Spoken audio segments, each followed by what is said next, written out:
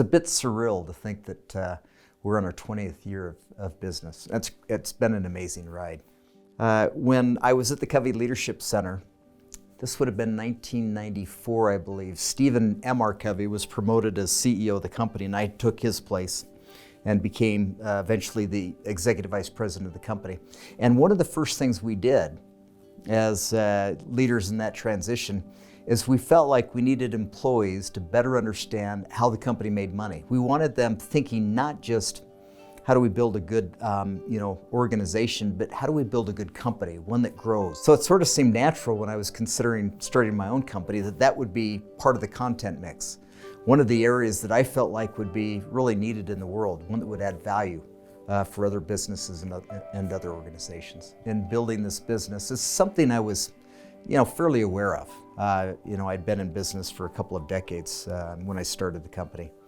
But really reaffirmed that the greatest joy you find in a company and working with other people is the people themselves. When I first started, I was the shipping department, I was the travel department, I was the billing department. I did everything. Hired Sharon, and it's been one of the best business moves we've ever made. She continues to be an integral part of the company. And we regularly do feedback on the company. And it's interesting that more often than not, losing Sharon comes up as one of the biggest risks of the organization. The first consultant I hired was Ben Cook, and I didn't just hire him as a consultant, I hired him as a partner. And the first client I delivered alone was a fantastic experience. And that really ignited this additional passion, not just about growing a business, but also being so immersed with helping our clients build their businesses as well. I remember walking out of there feeling like this is a job I want to do the rest of my life. Only 1 in 3 businesses survives 4 years, business startups. And I learned very firsthand the challenges in starting a business.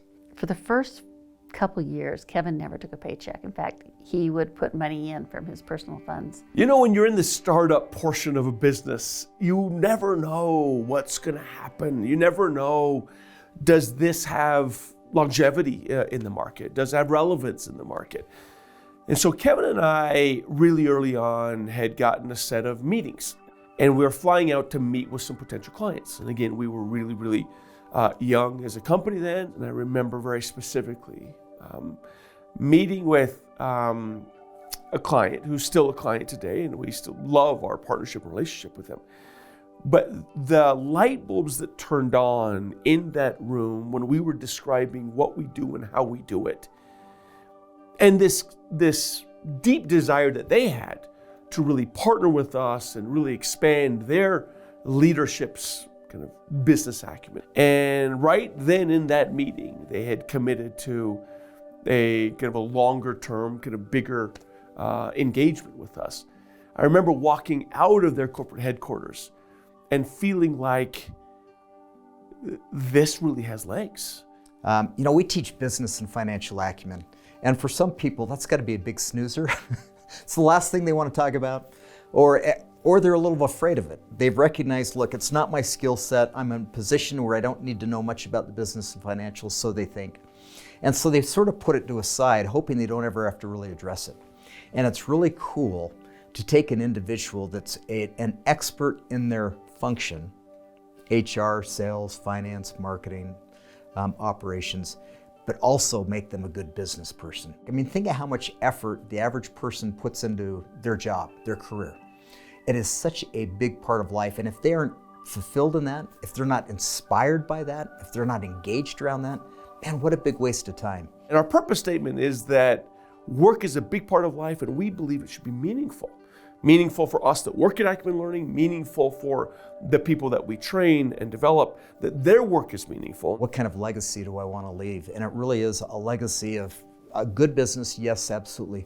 But the bigger and more important thing I think about is building a great organization that people were glad they were a part of. You need to have amazing people around you that can help you on this journey, which is probably the greatest thing we're most proud of at Acumen Learning. The team we have now, I think, is one of the best we've ever had. Because everybody's gets along, everybody gets in and works hard. and everybody's so good at what they do. And Acumen Learning, throughout the years, we've had these different kind of traditions. And some of these traditions have had to be pulled off of the agenda, and some have stayed on. And one of the traditions that, as we get old, older as people, but also kind of more mature as an organization, for every person's birthday, there'd be some kind of attack. We used to, on birthdays, and I'm a little chagrined to say this, but I'm going to say it anyway, we used to dogpile the individual whose birthday it was. On my 50th birthday, anticipating that as soon as I walked in the door at work, I would be dogpiled. I hired a couple of bouncers.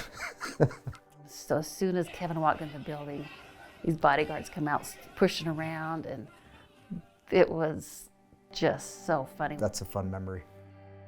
I've never been more excited about what Acumen Learning is and what its capabilities are than now. And so our efforts to help not only our own employees find meaning in the work, that really is exciting, it's inspiring to me, but also helping our clients and their employees find meaning in their work is something that really drives and motivates me as an individual and us as an organization. Here's this little company in Utah that's working with these great clients. And we're absolutely honored as a company to work with such great clients, and they trust us. We've worked with some really cool companies. I think we've worked now with 35 of the Fortune 50, but we have many clients that have been with us for over a decade. I continue to work with a client that I've had for 18 years. And I'll tell you, it's really rewarding to have those kind of long-term relationships in our business. Every business needs smarter business people.